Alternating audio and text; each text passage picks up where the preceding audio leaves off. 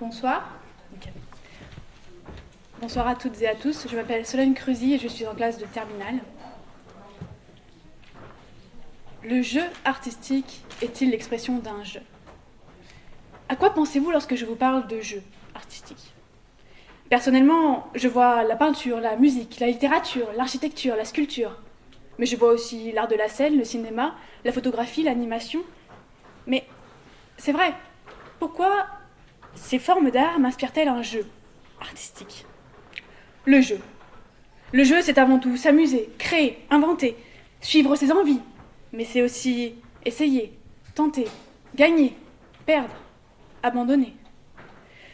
Pour moi, le jeu artistique serait de prendre du plaisir. Prendre du plaisir en créant un art. En parlant d'art, bien sûr, je ne vois pas le dessin de mon petit frère me représentant avec des bras en bâton et une tête plus grosse que mes talons. Non. Non, je vois l'art tel qu'on le connaît. Les tableaux dans les musées, le théâtre joué, la sculpture admirée, la littérature étudiée. Car oui, je vous parle de littérature. Pour beaucoup, les livres sont synonymes de torture. Qui n'a pas écouté son ami râler à l'idée de lire ce livre pour les heures de français ? Qui ? Mais qui ne s'est pas laissé transporter par ces livres époustouflants, capables de nous emmener dans un autre monde où nous nous sentons vivants ? Pour moi, la littérature est l'expression même du « je ». Loin d'être une torture, j'y vois plutôt un « je », me faisant ressentir des émotions époustouflantes. Le théâtre, la poésie, l'argumentaire, l'épistolaire, sans oublier le roman, impressionnant. Et oui, je vous parle de romans, policiers, fantastiques, autobiographiques ou historiques, de science-fiction ou d'aventure, d'amour ou de culture. Ces romans ne seraient-ils pas un moyen pour nous de s'évader ? L'auteur, à travers ses mots, nous exprime des sentiments, nous fait vivre dans un monde nouveau, où lui et moi, nous comprenons.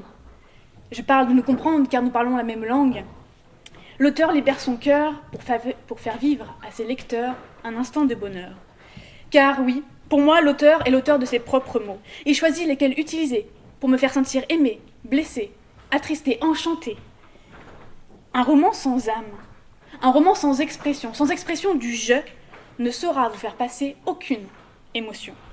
C'est parce que l'auteur sait ce qu'il veut faire passer, quelles émotions il veut émettre, quel message il veut transmettre. C'est parce qu'il met un peu de lui dans son œuvre qu'on est capable de le comprendre, de l'entendre, de l'écouter, de l'apprécier, mais surtout de le lire. Tout le monde est capable d'écrire. J'écris pour mes copies de philosophie, j'écris des textos à mes amis. Mais tout le monde n'est pas capable d'écrire un livre admirable, un livre qui saura nous transporter à travers les époques et à travers les pensées.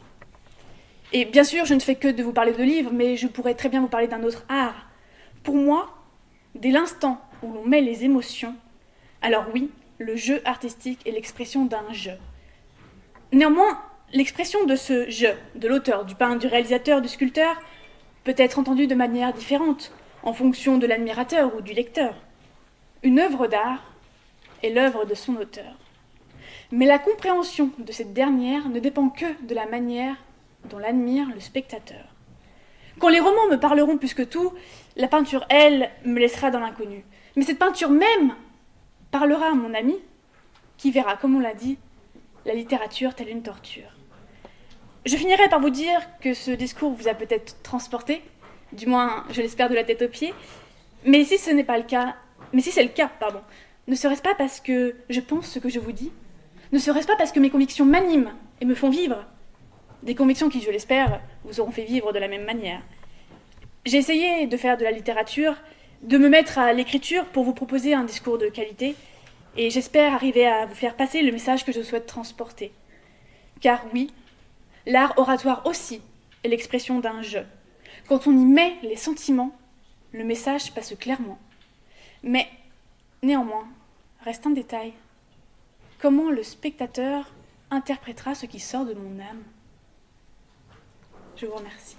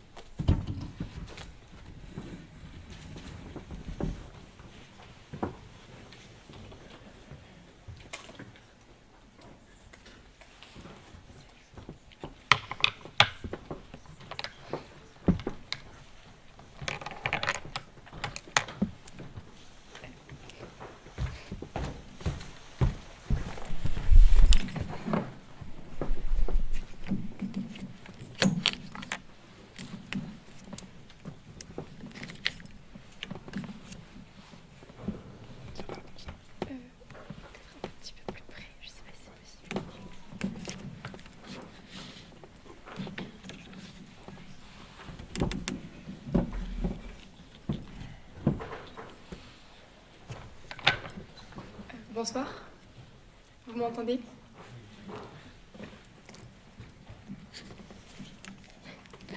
Il n'est pas pratique ce micro.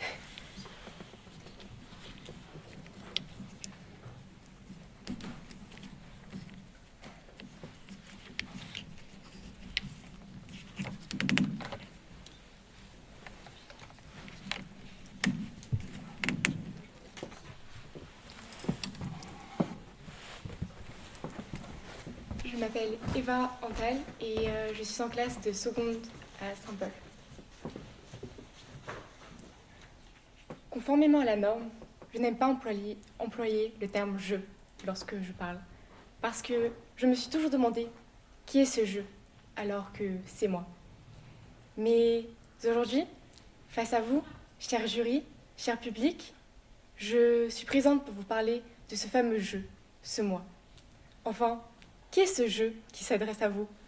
Une enfant de 15 ans? Une artiste? Une peintre? C'est à ce jour que ce « je » se tient devant vous pour se pencher sur la question suivante. Le jeu artistique est-il l'expression d'un jeu? Comme vous pouvez l'apercevoir, se tient devant moi, en guise de support, un tableau. Est-il mon œuvre? D'abord, je vous propose de réfléchir à ce qu'est le jeu artistique. Eh bien, le jeu artistique, c'est quelque chose de variable, auquel on ne peut pas vraiment donner une définition, car l'art n'a pas vraiment de définition. Si on le veut, tout peut être un art. Si je le veux, ce discours en lui-même peut être un art. C'est vrai, non? Le fait de vous parler, de vous énoncer chacune de mes pensées, et de les connecter aux vôtres, de captiver votre attention, c'est comme un jeu pour moi. Tout comme la peinture est un jeu où les couleurs se mêlent, où les règles sont fluides comme l'acrylique, entraînant mon pinceau danser sur la toile. Chacun a sa propre définition du jeu artistique. Mais en tout cas, l'art est quelque chose qui émane au fond de nous, de notre imagination, de nos pensées. C'est là où réside ce jeu. En tout cas, pour revenir à l'essence même de la question que nous nous posons, je vais utiliser ce tableau pour illustrer mes propos. Sans même que vous le voyiez, nous pouvons dire que c'est un reflet de pensée posé sur une toile, comme un dialogue entre celui qui crée et son intérieur, qui pense, qui conçoit. Ce que je suis en train de peindre, c'est une fille, Rebecca. Bien que ce tableau soit inspiré de son modèle, chaque détail, chaque nuance représente une interprétation unique, un jeu. Mais le fruit de ce tableau, l'essence même d'où vient l'inspiration, c'est son modèle. En effet, chaque tableau, unique qu'il soit, représentant une émotion, un sentiment, une histoire propre à un jeu, s'inspire des expériences extérieures, des influences vécues, ou tout simplement du monde qui l'entoure. Alors, mesdames et messieurs, ce ne serait pas égoïste de limiter l'art qu'à un jeu? Car oui, même vous qui allez voir ce tableau, permettez-moi de vous dire que vous êtes ce jeu. Car l'artiste n'est pas seulement celui qui crée, qui s'inspire, mais aussi celui qui observe.